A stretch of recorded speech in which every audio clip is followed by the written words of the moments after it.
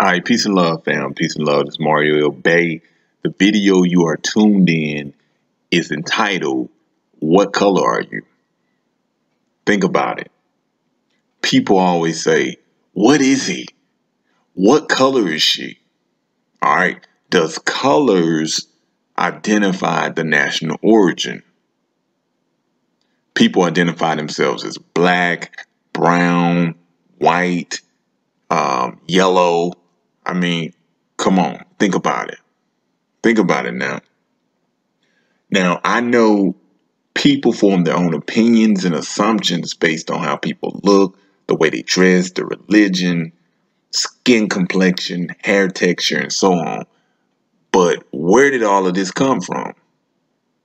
Where did all of this come from? You can look at someone that's light complected with straight hair and label them as something. You can look at someone that's dark complected and identify them as something when it very well may not be the situation. All right, so people, we got to get our concepts correct. We have to get our mind right. All right, we got to understand the 8 parts of speech. We got to understand what a noun is, an adjective, a descriptive term. Okay, we have to understand this so we cannot continue and identify ourselves as colors. We have to understand history, our true heritage, so we can connect to the landmass of our forefathers. It's a must. If not, you will be labeled as wards of the state or subjects. All right. No one is black. You have light complected guys, light complected sisters that refer to themselves as black. If you really think about that, it doesn't make sense, especially if it's a color and it's describing something. But in actuality, it's a status describing the status of the person, which is mentally dead or civiliter mortuus. Okay. Now, if I ask you, what color are you? Is that a legitimate question or is it juvenile? Just think about it. Just think about it.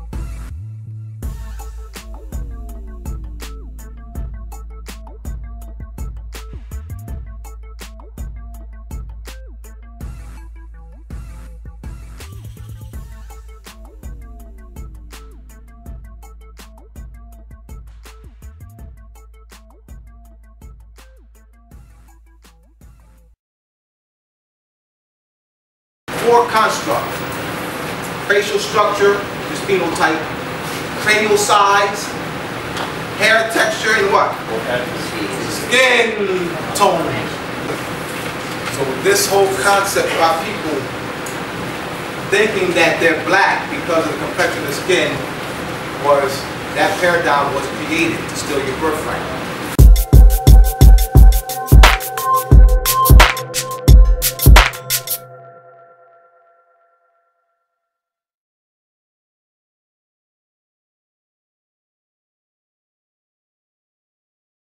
People continuously refer to themselves as black, brown, white, and whatever else they want to refer to themselves as. Critical thinking questions. Does nationality mean skin color or national origin? Nationality identifies a person's ethnogeography, national land, national country, national sovereignty, national government representatives. Does race mean skin color or nationality?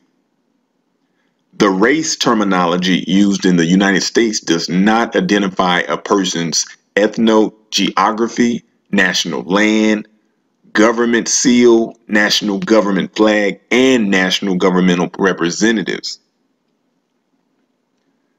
Does black mean race, color, or national origin?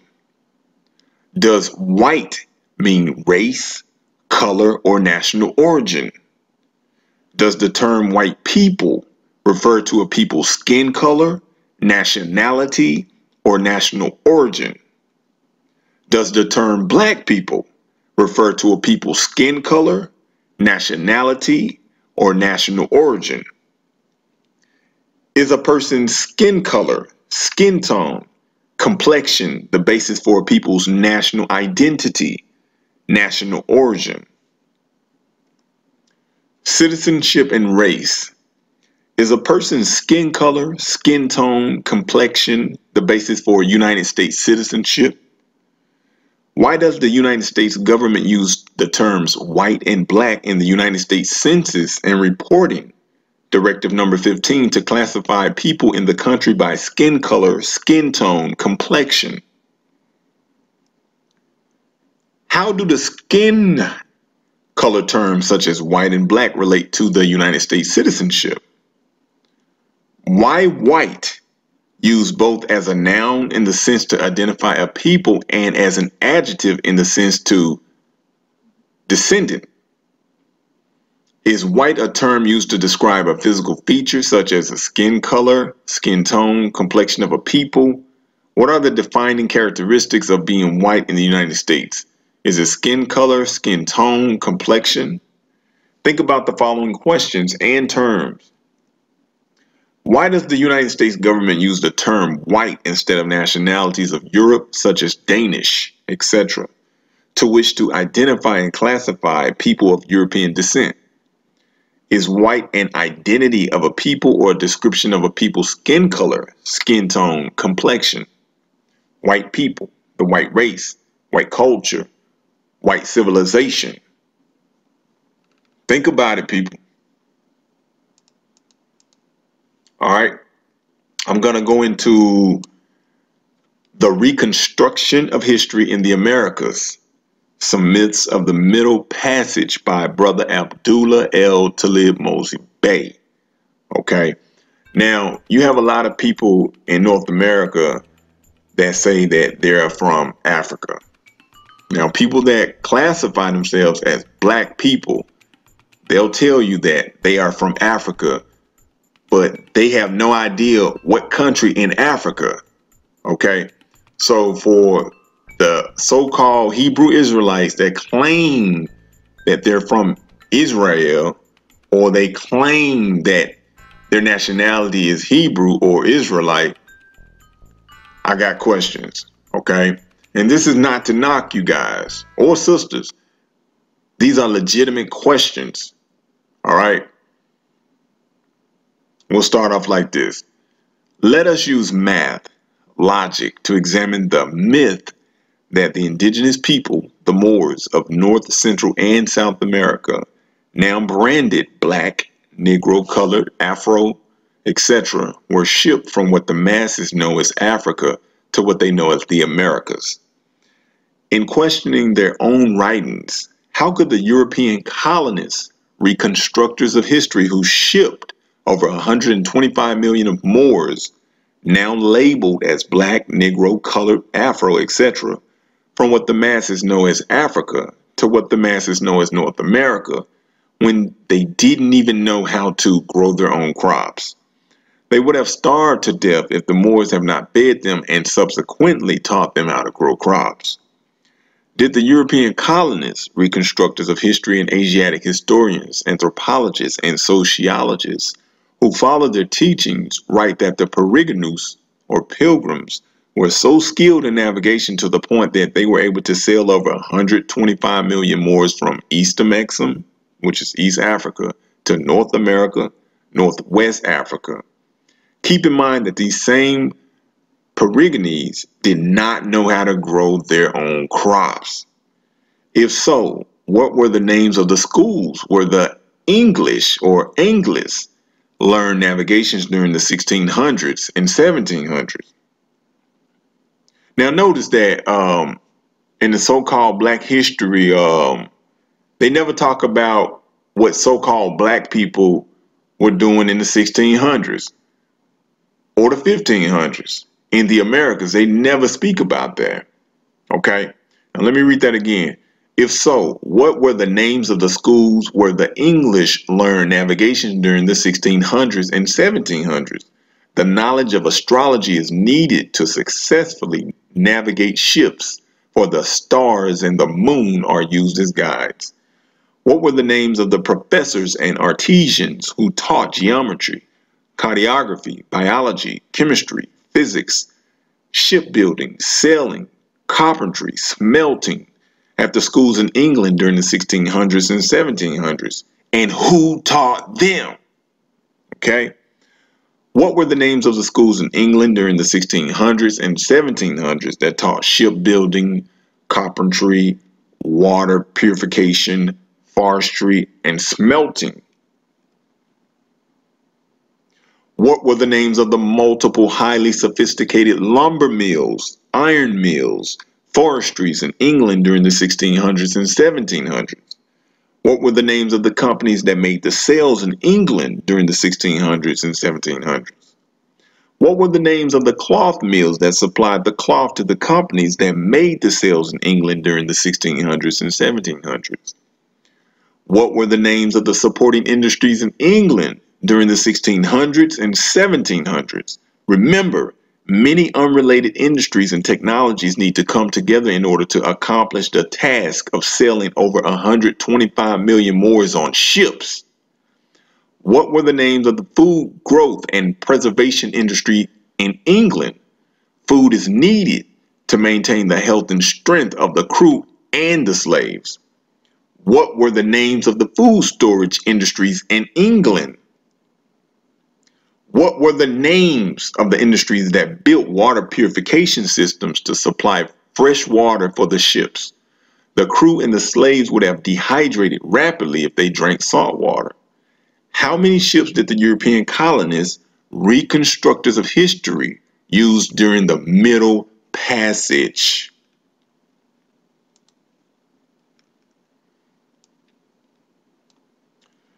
What were the names of the ships? How many slaves did each ship hold? Where did the slaves urinate and defecate? How many months did it take the European colonists, reconstructors of history, to complete a voyage? What was the distance the European colonists, reconstructors of history, traveled? Where did the European colonists, reconstructors of history, store the Moors labeled Black, Negro, Colored, Afro once they set ashore the Americas? Why were secret societies set up? Eastern Star, Prince Hall, Knights of Templar, Rosicrucian Order, Oddfellow. What secrets are preserved and taught in these secret societies?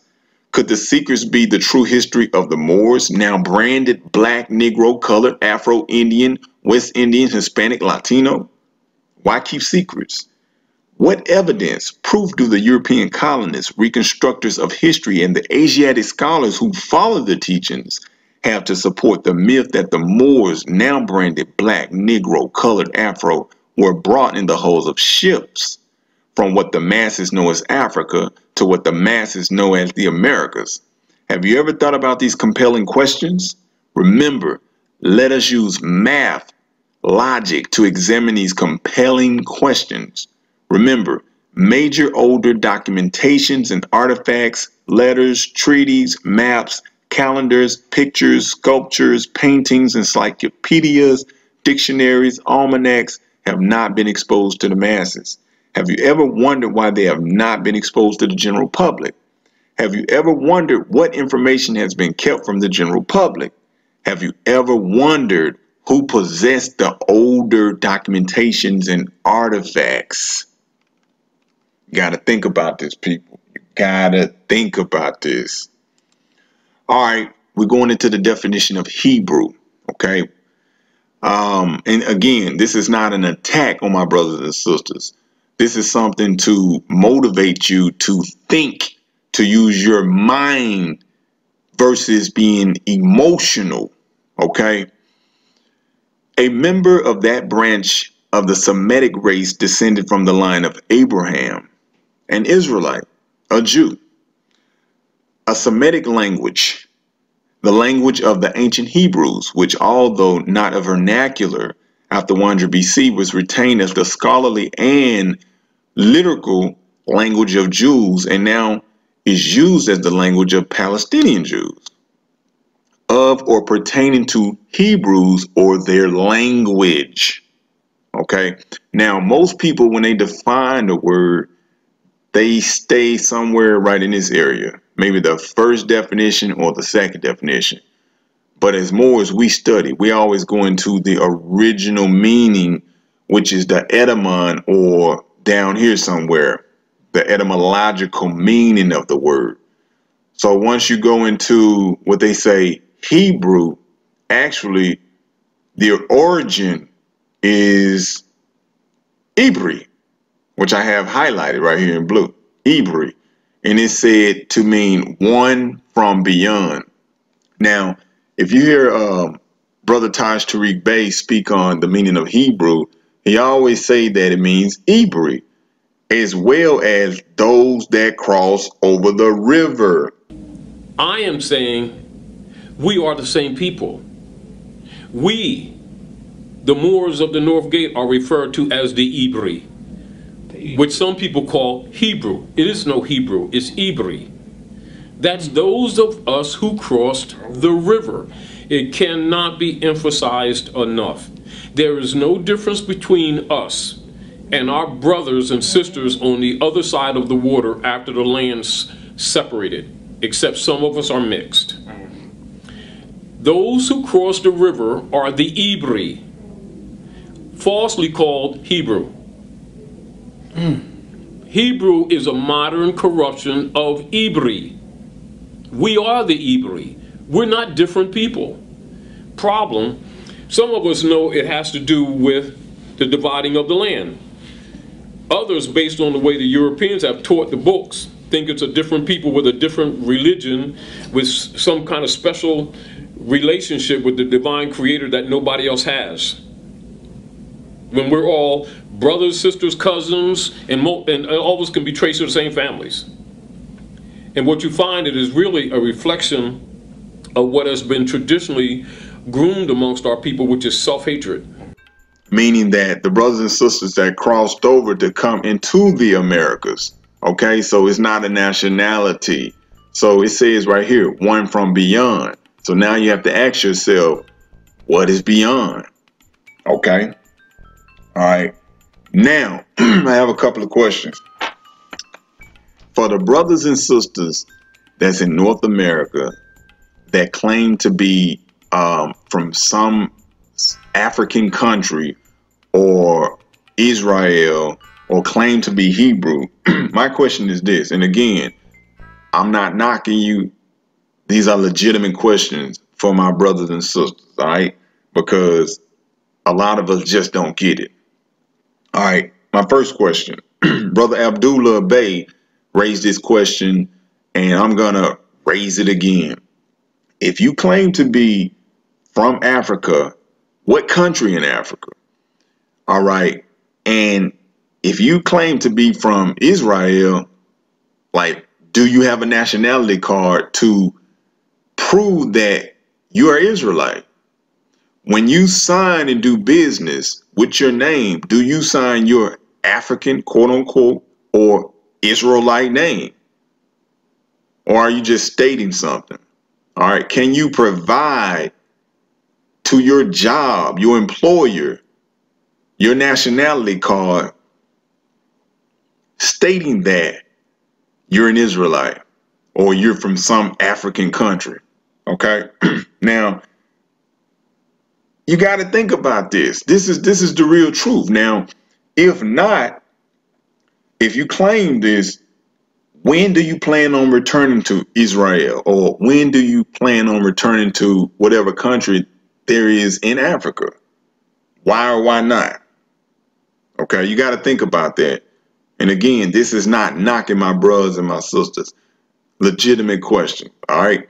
If you claim to be from Africa, why are you not going to Africa? If you claim to be from Israel, why are you not going back home to Israel? Okay. All right. We're finna go into this next definition, and I think I may have the answer why these people are not returning home. Definition of expatriation: the voluntary act of abandoning one's country and becoming the citizen or subject of another. I'll repeat. This is why people need to understand and know law. Okay, again, for my brothers and sisters that claim to be from Africa, and I'm not saying that you are not from Africa, but if you're from Africa, you should be able to produce a nationality card. When you do business, you should be able to sign in your quote unquote African name or your Israelite name. Okay? Or you should just go home. All right? And the reason most of them can't go home because there's no protection in those places for them. And I'll be going into another definition to prove that. All right, let's go back into expatriation. The voluntary act of abandoning one's country and becoming the citizen or subject of another. Now, if you claim to be from Israel, but you're on the American soil, and 9 times out of 10, you're considered a U.S. citizen, you've expatriated. You voluntarily abandoned your country in Africa, okay, or Israel, and you became a U.S. citizen. All right. Now let's go down a little more. Right here where it says the voluntary renunciation or abandonment of nationality and allegiance. Now, this is why a lot of these people use the term black. Okay. They refer to themselves as black because they don't understand what nationality is. They have expatriated themselves. Okay. It says right here, the voluntary renunciation or abandonment of nationality and allegiance. All right. So this is what these brothers and sisters have done. All right. They have abandoned their nationality and their country. Okay.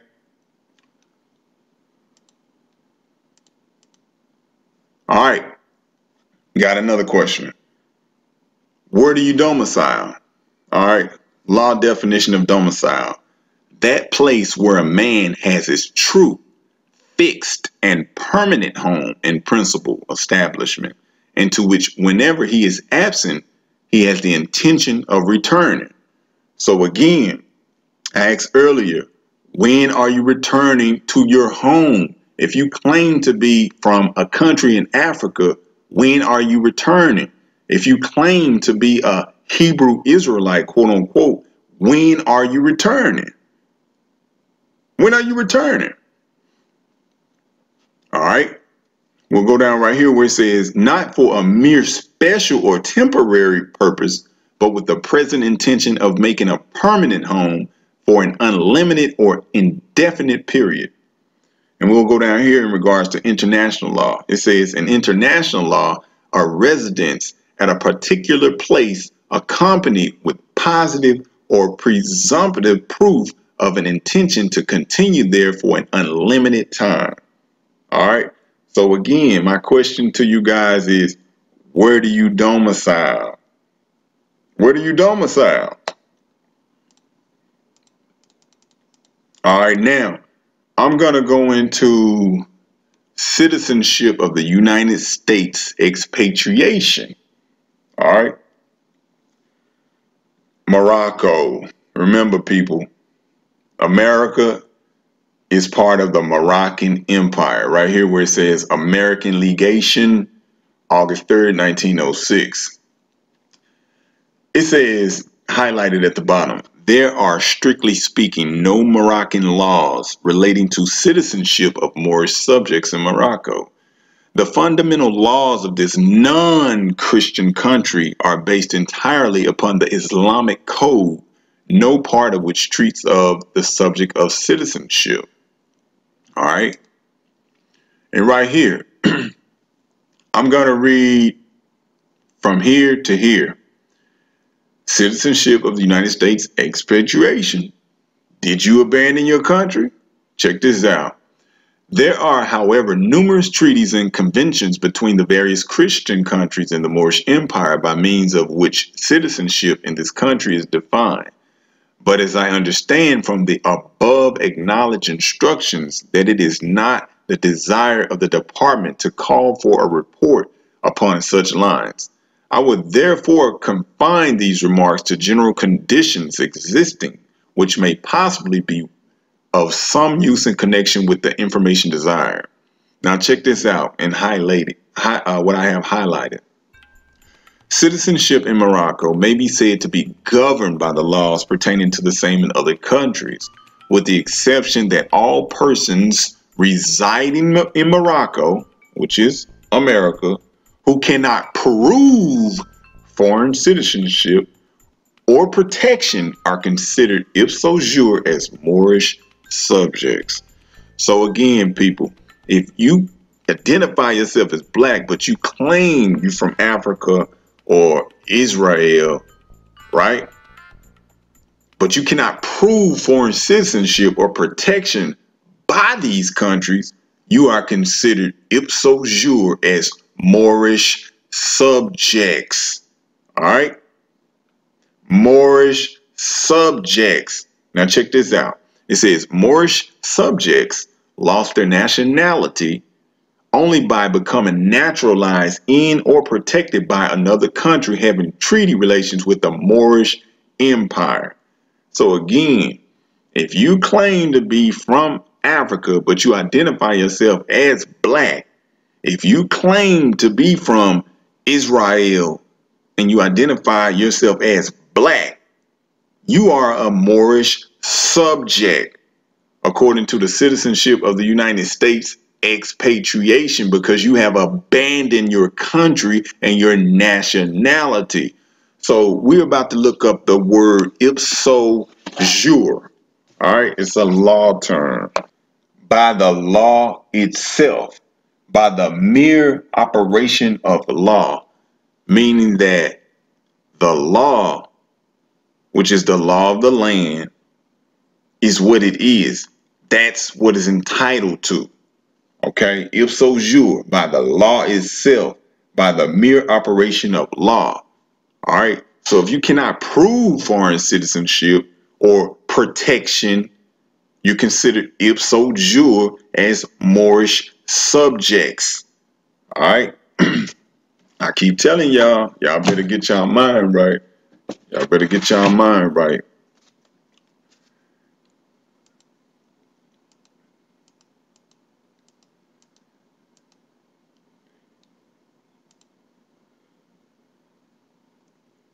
All right, Francois Bernier, Carl Linnaeus, and Johann Friedrich Blumenbach are the fathers of the modern race paradigm, which classifies the human family with recognized nationalities based on skin color, skin tone, complexion. White and black have been used in the United States Census from 1790 to 2010 and the Race and Ethnic Standards for Federal Statistics and Administrative Reporting Directive number 15. All right, that's just how it go. I didn't make the rules.